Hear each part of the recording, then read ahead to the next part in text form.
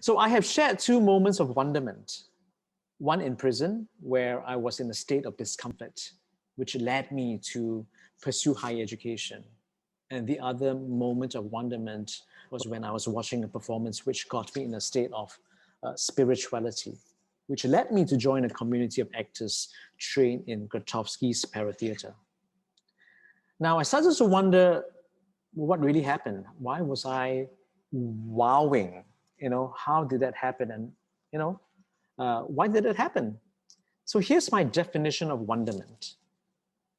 Wonderment is a state of disequilibrium, not on equal level or not balance, that stops you in your tracks and provokes an emotional response, sometimes in awe and puzzlement, like wow, and other times in shock and horror, in fear and horror. This human or non-human act, object, or experience is usually accompanied by an element of curiosity to answer questions of causality, probability, or reason. How, when, and why did it happen? In 2017, I devised and directed Project Roop Kaur in Singapore. And this is a piece of theatre with 15 women that told the stories of the 1947 partition of India and Pakistan. I wanted to work with non-actors. As part of my applied theatre practice, I wanted my actors to collect real stories of women who had gone through the partition and retell those stories. And of all the actors in my ensemble, Ambreen was the only Pakistani woman. And this was her experience researching on these real life stories. My name is Ambreen, and I'm from Pakistan. I've grown up hearing first-hand accounts of partition from my grandparents. That's why it's a subject very important to me personally. Secondly, for me, Project Roop Kaur highlights the importance of oral accounts of women's ordeals during partition. And when I started researching on the subject, and I was specifically looking for a Muslim woman's story who was abducted, recovered, and abandoned by the family during the process, the sheer silence of recorded history on the subject, which is well acknowledged by historians and researchers on the subject, made me even more aware of this gap and got me more interested in becoming a part of this really heartfelt endeavor. Especially this year, when both India and Pakistan are celebrating their 70th year of independence, it's extremely important for us to acknowledge and pay our tribute to this generation of lost and mistreated women. So as a Singaporean man of Chinese descent, I had no idea what the partition meant. I'm Singapore and there you are in India. And then we have Indians also living in Singapore, but they are not really, some of them were not born in India. And so for me, cognitively, I knew it was the line drawn by the Britishers to separate the Muslims and the Hindus in what we now know as Pakistan and India, respectively. And again, cognitively, there were horrors during the transfer. I knew there were horrors during the transfer, right? They killed each other, they raped the women, they changed and converted their religions. But it didn't really affect me emotionally until one day I gathered my actors together to demonstrate and show me the horrors. And remember that these women were not trained actors. Most of them were bankers living in Singapore who just wanted to act in their free time. And this is a video from the very first workshop in one of our actors' house. So you'll see in this video a scene where a mother is leaving their home with two children. Along the way, the mother sees the opposite camp approaching and she makes an impossible decision to drown her daughter in a well so as to prevent her daughter from being raped. I'm going to share the video now.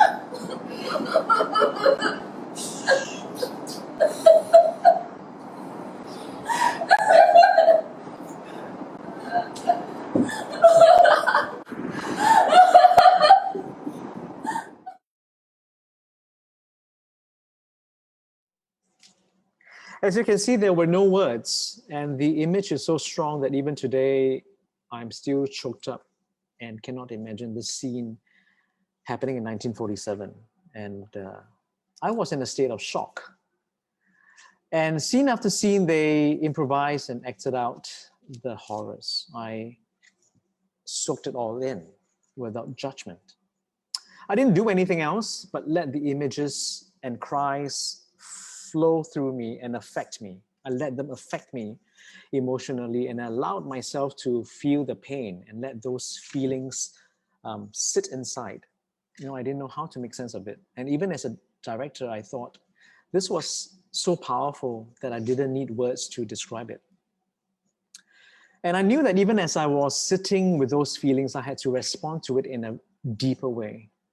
So I experimented with different objects and invited my ensemble one day to wear masks and to quietly listen and to embody and imagine the scars of the women whose stories were silenced during the partition. Move forward. Forward a bit. Lean forward? Yeah, one step forward. One step forward. One step forward. A bit forward. All right, take your time to walk towards the mirror silently.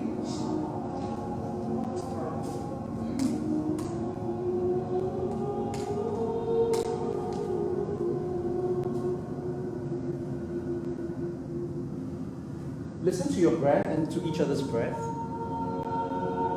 And then slowly walk towards the mirror. But you need to make sure everyone is following you at the same time. Remember, like a mirror exercise. I don't know who's the leader, but everyone goes at the same pace, same breath, same tempo.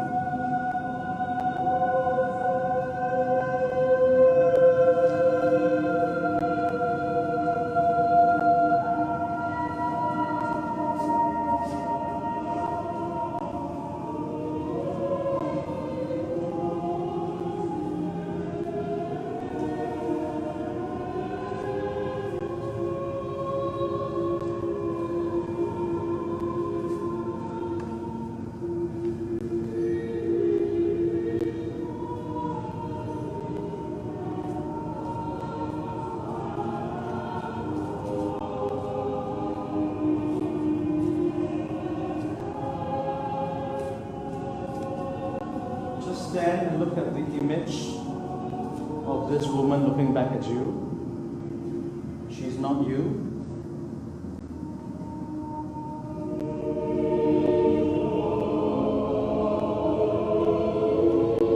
There is a story behind the mask. This character looking at you.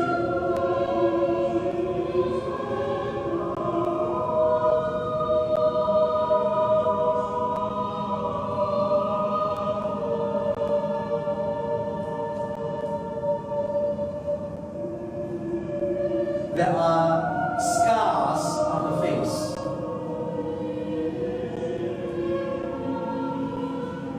Things left behind that are unsaid. Marks that tell a story.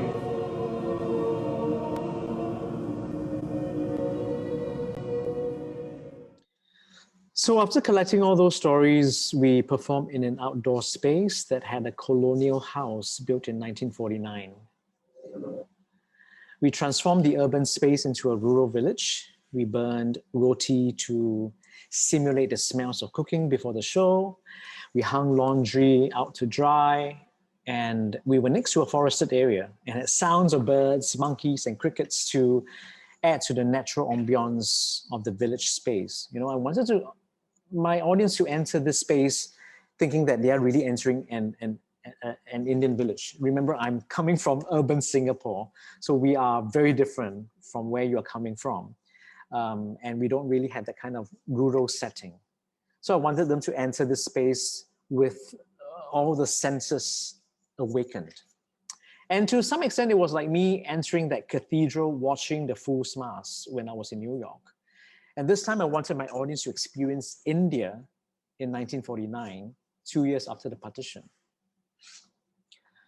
We had all 15 of the women introduce themselves and tell their stories. One after the other, the audience hears stories of family betrayals, religious conversions, abduction, and honor killing. I will show the final scene of my production later. Here I took the liberty and the creative license to have a ghost looking for her sister, and the ghost wanted an explanation why her sister left her behind to die. But obviously the sister could not see her. And in the final scene, we mapped out on the floor the cities before the partition, with the names on the floor, where they came from. And then in the final scene, the women crossed over to their final destination.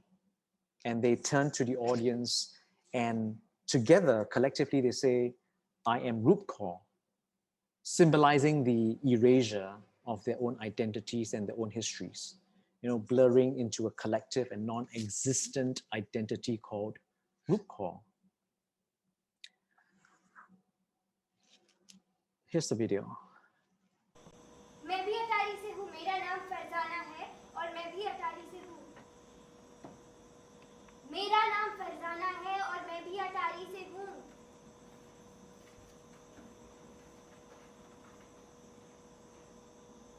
आप मेरी बहन हो ना? हाँ? आप मेरी बहन हो ना? आप मेरी बहन हो ना?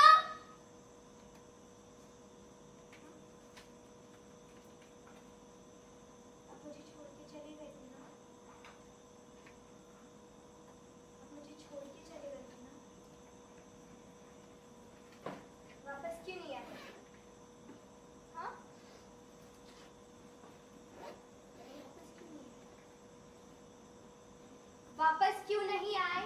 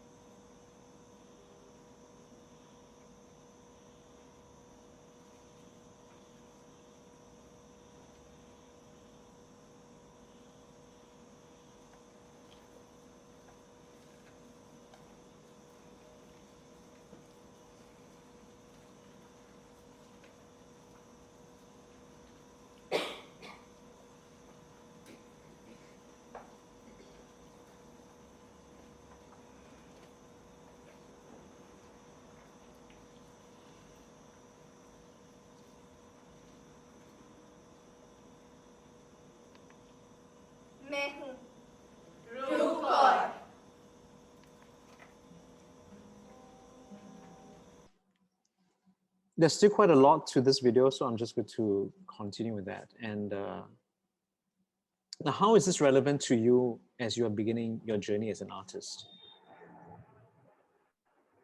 As you enroll into classes, attend lectures, go for rehearsals and workshops, I would like you to remember your encounters. Whatever that you're experiencing, remember them deeply. Because art, like life, is understood through experience, not explanations. And here's my framework to help you think about your process of wonderment as an artist. Number one, soak in everything without judgment. Receive the information, the image, the sounds. Soak in the moment of awe, or even of horror or shock. And then you breathe it all in. John Dewey, a progressive thinker in arts education, says the aesthetic or undergoing phase of experience is receptive. It involves surrender. Perception is an act of the going out of energy in order to receive, not a withholding of energy. To steep ourselves in a subject matter, we have first to plunge into it. So as a student living away from home, take in as many different experiences and widen your perspective. Be receptive and surrender to all the new experiences. 2, contemplate and sit with those feelings, even the uncomfortable ones. You will get frustrated with yourself. You might get bored with your lecturers. You might be annoyed with your peers. And that impatience of trying to get it right will sometimes eat at you and make you lose your sense of stability and presence. And again, sit with those feelings of disequilibrium, right? Sean McNiff, an art therapist, says, we let go of thoughts in order to truly witness. The process is a continuous motion of coming together and letting go, guided by the spirit of mutual sensitivity. Confusion enters when we lose contact with the image, with one another, with breath, and when we are taken over by spirits of panic and distrust. So when you are there, acknowledge your feelings and simply be a witness without judgment. If I'm feeling really tired, I'm feeling exhausted, I'm feeling overwhelmed, record it down and explain to yourself how you're feeling. And then take it as a form of meditation and breathe it in. And then after a long period of gestation, it's like cooking. You want to let the food simmer, but it never comes to a boil. Then when you start responding through artistic medium, immerse yourself again in that process with that material. Whatever your material might mean, it can be your drums, it can be your music, it can be your voice, it can be the other actor, it can be the script, it can be the clay that you're working on with the colors that you're playing with. So, break the silence and then create using artistic forms. Elliot Eisner says, in the context of art, language must at times be used in ways that express the ineffable. Ineffable meaning things that cannot be expressed, like the sublime, like things that are out there, like the wow. For example, when qualities that have particular expressive characteristics must find a poetic or metaphorical equivalent, language is used artistically. So for some of you, your language, the metaphorical language, your poetic language is your artistic form. It can be in dance, theater, music, fine arts, etc. So use your artistic medium to express yourself, and then it can be your expression, basically. And finally, step out and experience the entire thing all over again and awaken the senses and deepen your meanings. So for example, when you are in an art gallery, right, you can only see the scale and beauty when you step back and see the huge painting on the wall. So it is important for you as an artist to sometimes step out of that thing and have a global view of what it is, rather than being stuck in the process all the time. So it's a constant negotiation of stepping out and experiencing all over again. And then what you need to do in order to awaken the senses, according to Anne Bogart, is to look at it from a different way, to give a new interpretation, a new life to your work. So she says, the function of art is to awaken what is asleep. How do you awaken what is asleep? According to Viktor Shklovsky, a Russian formalist, you turn it slightly until it awakens, until it shocks you, or until it gives you that sense of wonderment again. Okay? So as I conclude my lecture, I want to come back to the first image of the clouds I took while looking out the aeroplane. And I'm reminded by Tagore, who said, clouds come floating into my life, no longer to carry rain or usher storm, but to add color to my sunset sky. So I wish you beautiful moments of wonderment in your academic journey and your artistic practice, where you embrace and soak in those fleeting moments of sun rising and sunsetting. All right? Thank you very much. We can have a moment of questions if you would like to ask questions.